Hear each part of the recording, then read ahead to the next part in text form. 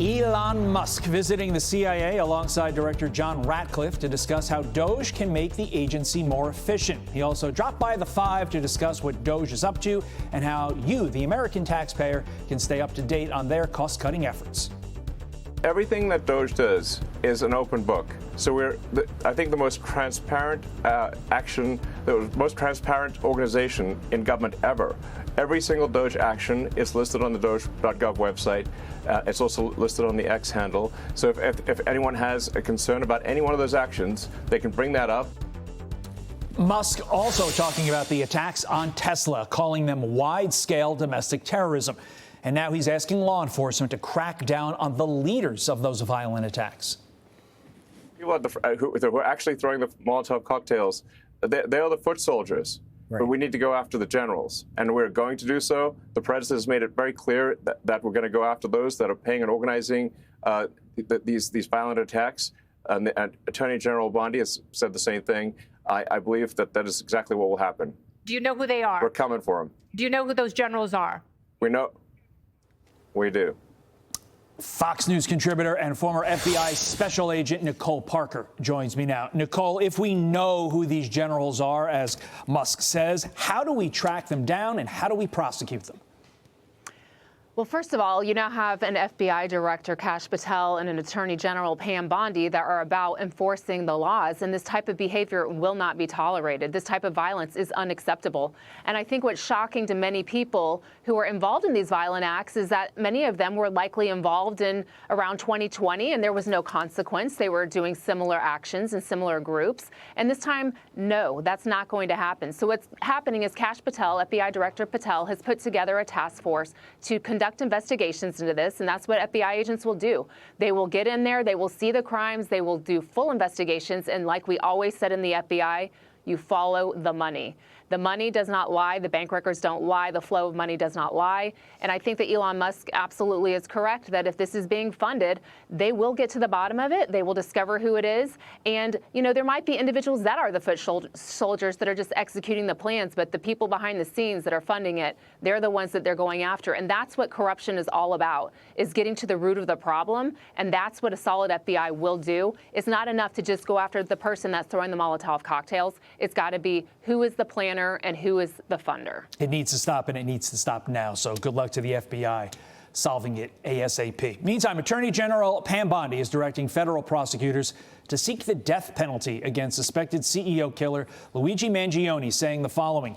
Luigi Mangione's murder of Brian Thompson, an innocent man and father of 2 young children, was a premeditated, cold-blooded assassination that shocked America. Nicole, how big a deal is this move as a deterrent, especially after Joe Biden commuted the death sentences of 37 killers? It's huge, because one thing that I can say is that if there is no serious consequence or people believe that they can literally get away with murder, it continues the cycle of violence. Pam Bondi stepping in and saying, look, this will not be tolerated, and we are going to go for the death penalty. At the end of the day, she does have the final say in a federal case. She is the attorney general, and it is a big deal. There has not been a federal execution in New York, in Manhattan for 70 years. But this individual did. It was a cold-blooded assassination. He went in and he took the life of an innocent man who has young children. Violence is never the answer. I understand he had a beef with the industry of insurance, but that is absolutely unacceptable. That is not the way that you deal with your grievances, is by murdering somebody. And so for her to step in and to say this, that's huge. And you're right, Joe Biden did commute 37 individuals who were federal prisoners that were on death row, and he said, no, we're gonna change that to a life sentence. That's a slap in the face to the family members, the innocent victims, the loved ones. And for Pam Bondi to say, no, we're not going to tolerate this, we're going to make America safe again, it is a huge deterrent to do this. And even Democrats pushed back on what Joe Biden did there. There was bipartisan condemnation of a lot of those commutations. Finally, before we let you go, you are testifying at the House Judiciary Subcommittee hearing today to examine FBI waste, fraud, and abuse during the Biden era. We've got about 30 seconds. What are you going to tell Congress in a few hours? You know, I love being a special agent with the FBI, but it got to the point, Todd, that I walked away because it was not the same FBI that I'd signed up for. And when you have signed up for one mission and it turns into another, it's just unacceptable. The FBI became politically and socially weaponized. They were using funds to go after January 6th misdemeanors.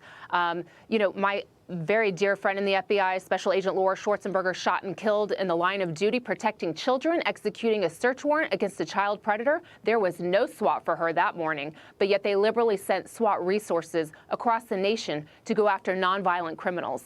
And so that's just one example of things that are unacceptable. And on top of that, the FBI did not even pay for her memorial service, as well as Daniel Alfin, who was also shot and killed that morning. The FBI said we don't have the funds to pay for that, and they went to a private donor. I find that absolutely despicable, and the efforts that they put towards DEI and other efforts that are non-mission related, to me, is an example of fraud, waste, and abuse I know you have been a tireless advocate for your friend who sadly lost her life, and I know it will continue today on Capitol Hill. Nicole Parker, thank you. Good luck today. Thank you. I'm Steve Ducey. I'm Brian Kilmeade. And I'm Ainsley Earhart. And click here to subscribe to the Fox News YouTube page to catch our hottest interviews and most compelling analysis.